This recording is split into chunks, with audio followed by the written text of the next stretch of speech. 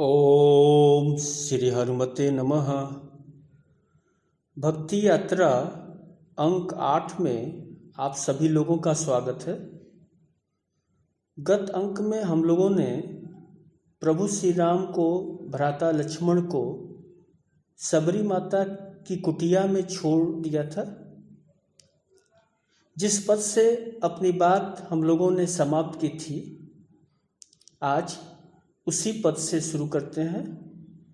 सरसिज लोचन बाहु विशाला, जटा मुकुट सिर उर्बन माला, श्याम गौर सुंदर दो भाई, सबरी परी चरण लटपटाई।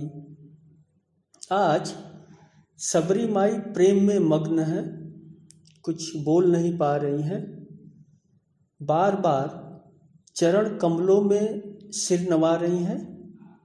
सबरी परी चरण लटपटाई। लटपटाना मतलब अपनी सुध में न रहना। साधुओं की भाषा में कहें तो किंग कर्तव्य विमूढ़ की स्थिति।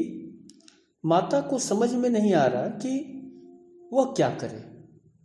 तीनों लोगों का स्वामी जब सामने हो तो विकारी शब्दों की ध्वनि मंद पड़ जाती है।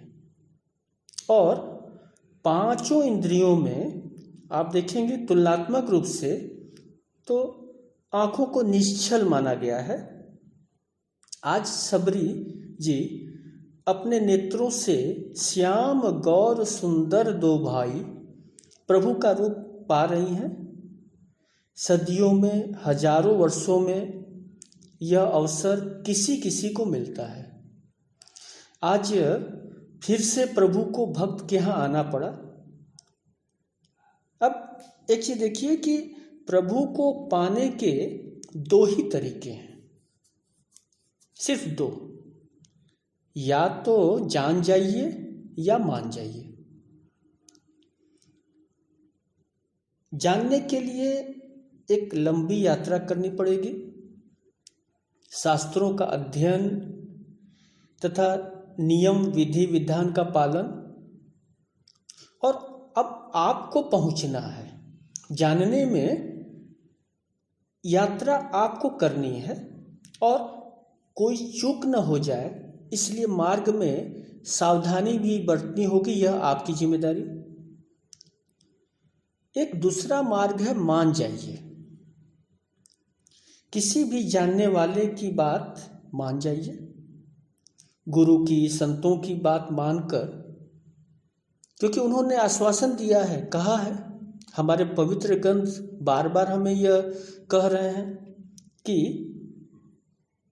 आप जहाँ हैं वहीं ठहर जाइए, जिस परिस्थिति में हैं वहीं रहिए, स्मरण करते रहिए, प्रभु सिमरन करते रहिए और भरोसा रखिए कि ठाकुर आएंगे और ठाकुर को आना ही पड़ेगा। अब फर्क नहीं पड़ता कि आप कुटिया में हैं या महल में हैं। सबरी जी का प्रसंग इसी भरोसे को तो जगाता है। प्रभु, इसलिए प्रभु इच्छा पर छोड़ना हमेशा श्रेयस्कर होता है, क्योंकि को भरी है हरि के रितये, रितवै पुनि को हरि जो भरी हैं, उथपै ते ही को जे ही राम उथपै, थपी हैं ते ही को हरि जो तरी हैं।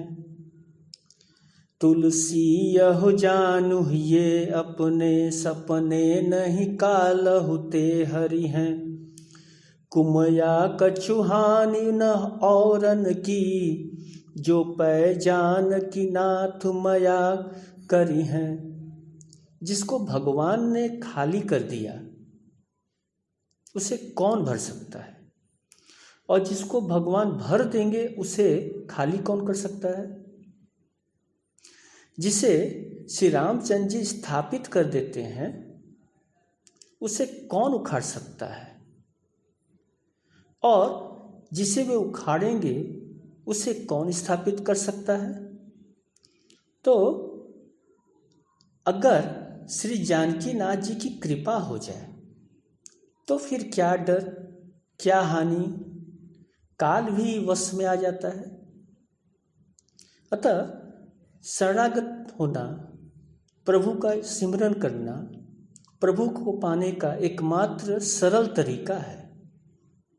तो या तो जान जाइए या मान जाइए। तो माता सबरी को आज ठहरने की कृपा मिल रही है। माता सबरी की जो निष्ठा थी, गुरु भक्ति थी, आज उसी का फल माता को मिल रहा है। फिर माता ने आदर के साथ दोनों भाइयों के चरण पखारे और सुंदर आसनों पर बैठाया। माई ने रसपूर्ण व स्वादिष्ट कंद मूल फल प्रभु को अर्पित किया। प्रभु प्रसन्नता पूर्वक ग्रहण करते हैं। प्रभु बखान कर कर के खा रहे हैं। एक बात यहां ध्यान दीजिए कि बाबा ने, गोस्वामी तुलसीदास महाराज ने यह झूठे बेरों की चर्चा नहीं की है। श्री रामचरितमानस में इस बात का हमें उल्लेख नहीं मिलता है। तो आइए हम लोग पहले मानस के पदों को गाकर सबरी माई की प्रसन्नता में शामिल हों। प्रेम मगन मुख बचन न आवा, पुनि पुनि पद सरोज सिर नावा। सादर जल लय चरण पखारे, पुनि सुंदर आसन बैठारे। माई प्रेम में मग्न है, कुछ बोल नहीं पा रही हैं और जल से उन्होंने चरण पखारे, पुनि सुंदर आसन बैठारे। कंद मूल फल सुरस अति, दिए राम कहुआनी। प्रेम सहित प्रभु खाए, बार बार बखानी। पानी जोरी आगे बई दाढ़ी, पानी जोरी आगे बई ठाढ़ी। प्रभु बिलो की प्रीति अति बाढ़ी, केहि विधि स्तुति करो तुम्हारी।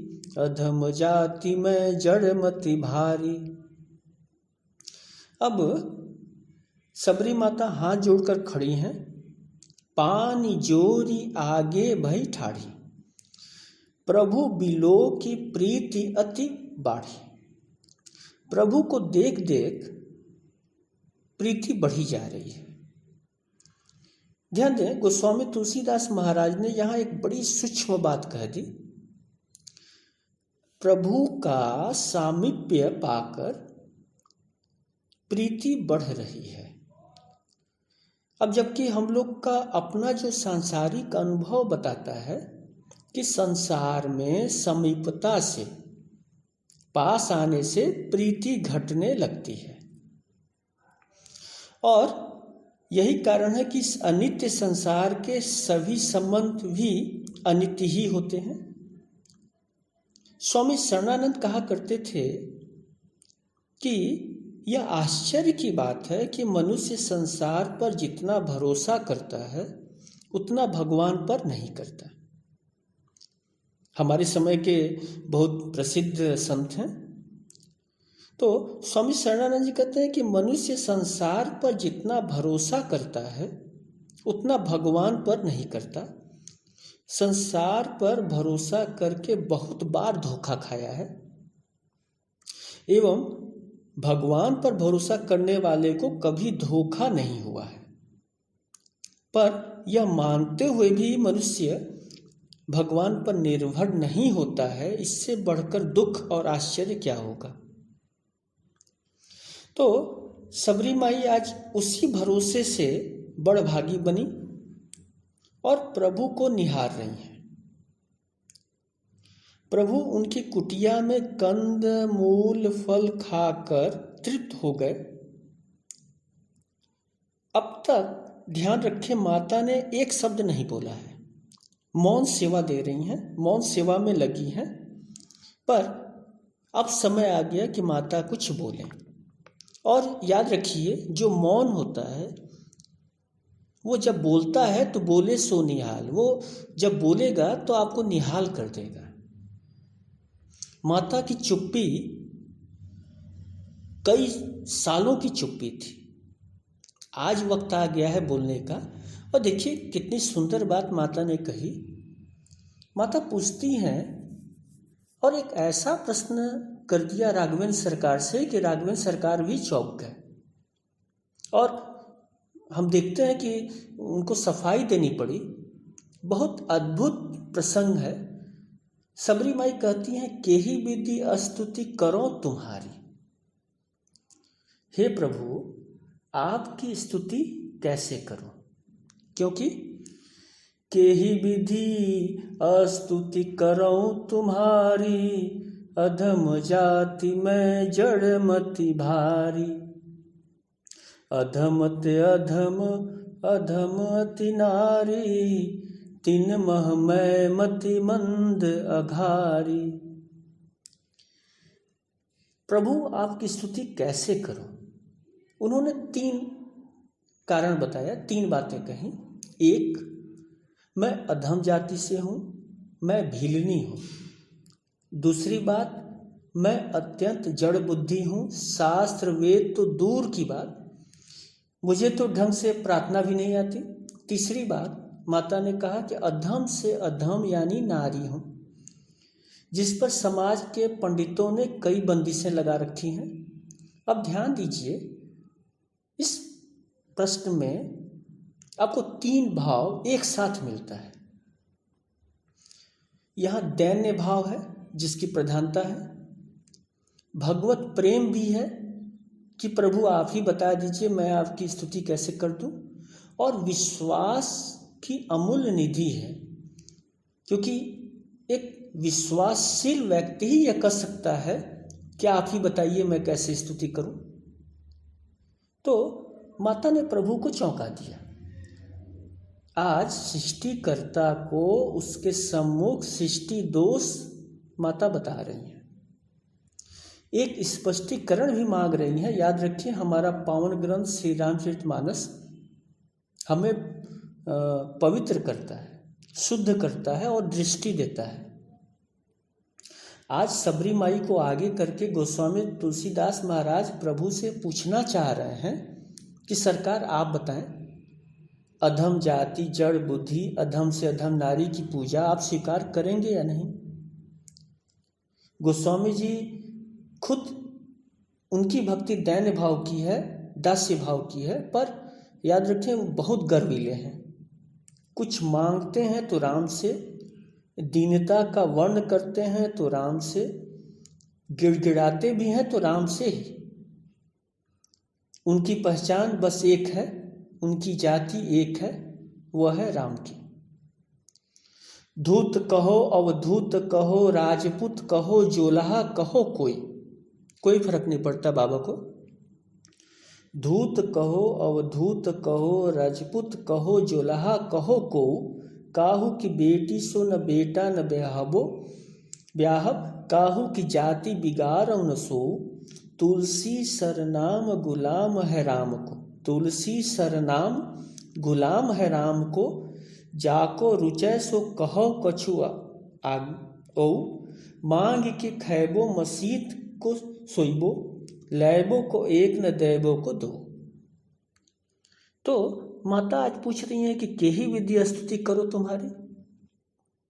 एक तो जाति से भिलनी, विधि विधान की कोई जानकारी नहीं, फिर जड़ बुद्धि, बुद्धिमान रहती तो सीख लेती, देव भाषा में बोलती, शायद प्रभु समझ जाते, शायद प्रभु को यह प्रिय लगता।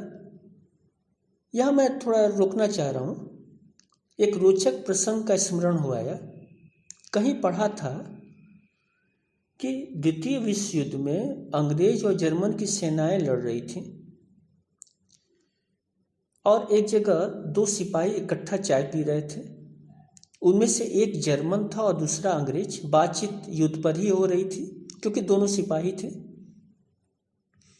तो अंग्रेज बोल रहा था कि हम जीतेंगे। जर्मन का कहना था कि जीत तो हमारी ही होगी। जर्मनी वाले ने कहा कि जीत हमारी इसलिए होगी क्योंकि हम नित्य ईश्वर से प्रार्थना भी कर रहे हैं।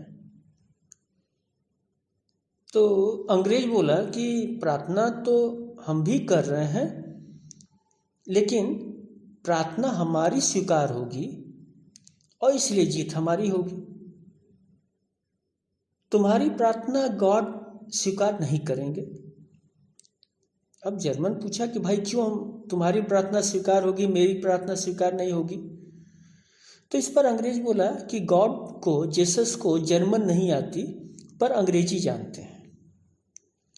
तो कुछ कुछ हमारे यहाँ देव भाषा, संस्कृत भाषा वाले भी यह मानते हैं। मैंने कई घरों में देखा है कि दुर्गा सप्तशती का पाठ न जानते हुए भी लोग संस्कृत में पढ़ते हैं।